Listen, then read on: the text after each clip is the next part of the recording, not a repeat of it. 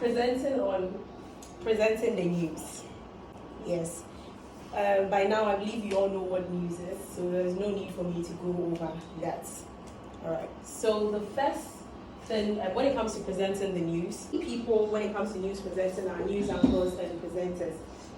Now, these are like the frontline people, but despite the hard work of reporters, producers, and other people in the newsroom, station's reputation falls on the news anchors and presenters. That is, if a good anchor can boost the station's rating, and it can also send them crashing. That is for news anchors and presenters. So they are the key people when it comes to presenting the news. When it comes to the news anchor, to be a good news anchor, you have some qualities that makes you a good news anchor. And the first one is credibility. Now, when you talk about a news anchor becoming credible, is the fact that he or she is knowledgeable and knows what they are talking about and is very comfortable in their field of work.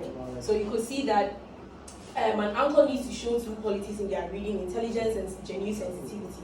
So assuming I'm presenting a news on the past and an accident somewhere, now it comes with some sort of sensitivity. That is what, when you are reading, you're supposed to exhibit that. Not saying crying or something like that, but exhibit that and also intelligence in it. So normally they should exhibit emotions that is appropriate for the story. So that emotions you would exhibit for a sports story is different from the emotions you exhibit for the person, the accident, something damaging that has happened to a group of people, and so on and so forth. So this is another quality. And the next one is authority. Now, with authority is not as sound as in you speaking with authority, but rather it is the state of knowing what you are talking about. So as I'm presenting to you, I should know what I am talking about. I'm talking about presenting the news. I should have fair idea about it.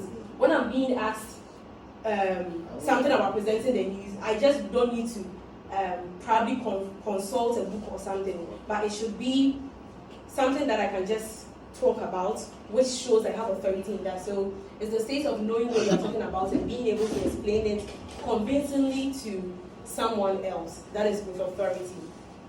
And the other qualities of a good news anchor, which is clarity. Now, when you are talking,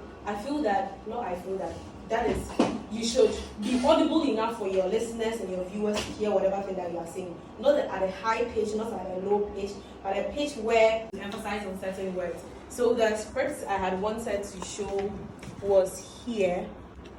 Now you can see this was a script for like a straight news bulletin, and you realize that the anchor had marked certain places where, so the scripts would be given to you all right, but it is up to you to sign or give symbols to where you realize that, okay, so there needs to be a pause here. The Salt River Project West Valley Service Center that is where you pause. So that is the marking of copy. That is things you're supposed to note during a news presentation. So the script is given to you by the news writer. Probably normally, some anchors do not write the scripts themselves. So when it's given to you before you rehearse thoroughly, you could just mark your copy by doing these ones: where to pause, where to emphasize, where to give slow pace, where to give high pitch, and other stuff.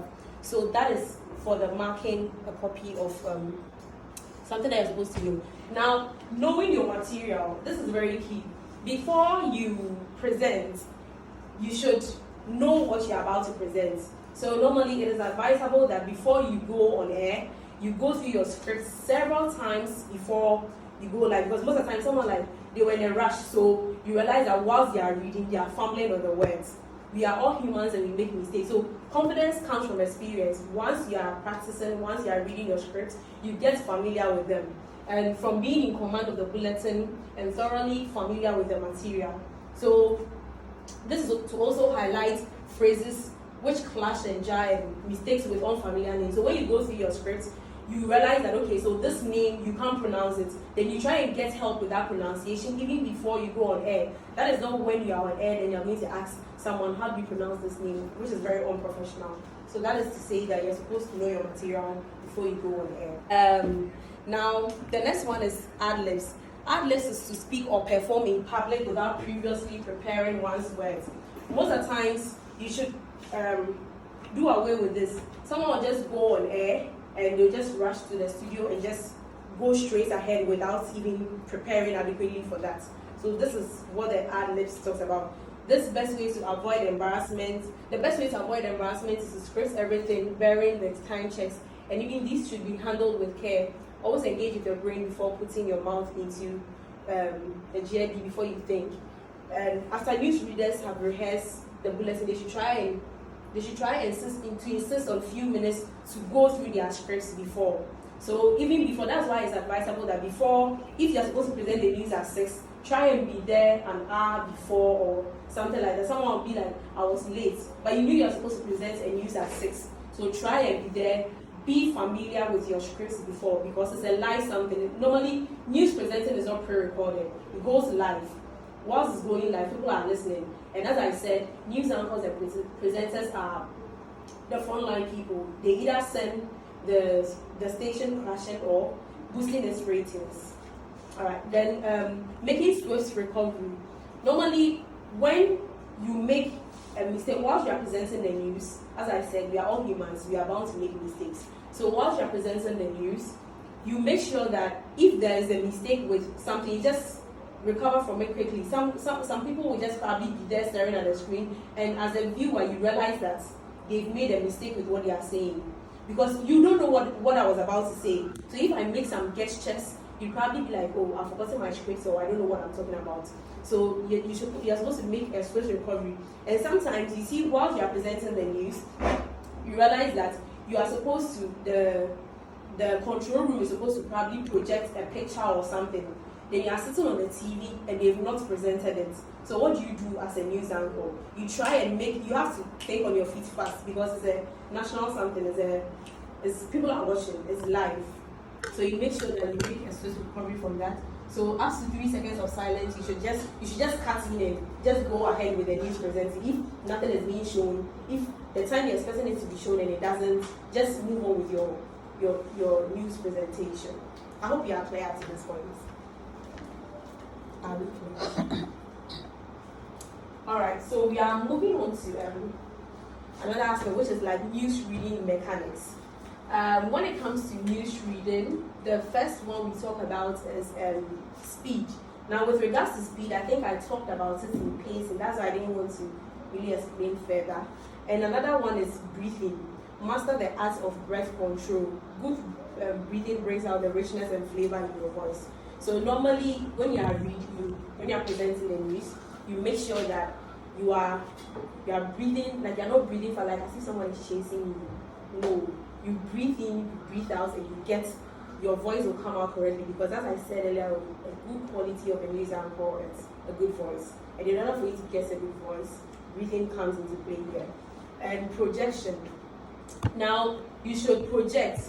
I'm not saying you should over-project, as in you are shouting, because you are using microphones and other stuff.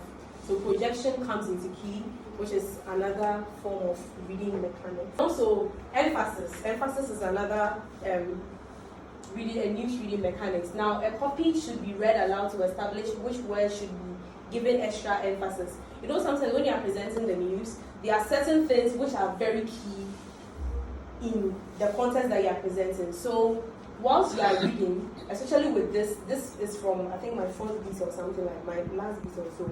So, a total of 10,000, the emphasis, the ones that I have highlighted, dipping in black, are the ones that I'm putting the emphasis on. So with this, it's either I'm stretching on them, giving them pace here, placing emphasis. If it's on radio, you are not seeing. So it depends on how I pronounce this on air for you to see. So since this has been dipping, as a news anchor, I know that there is much more emphasis on this one. The 10,314 students have graduated at the second session of there are emphasis on these words that I have highlighted here. Alright. And as I said, these words can be capitalized as shown or underlined. Either way, however way you want to see it, because that is your script, that is marking a copy. And this was another example for the emphasis. Now, this was, he said their action had made a workout inevitable. The he here was the one that you are stressing on. Now, stressing on the he might suggest that there are others who would have probably disagreed with the statement that was being said. So normally how you emphasize on a sentence depicts its meaning. Because if I'm highlighting on a sentence, if I'm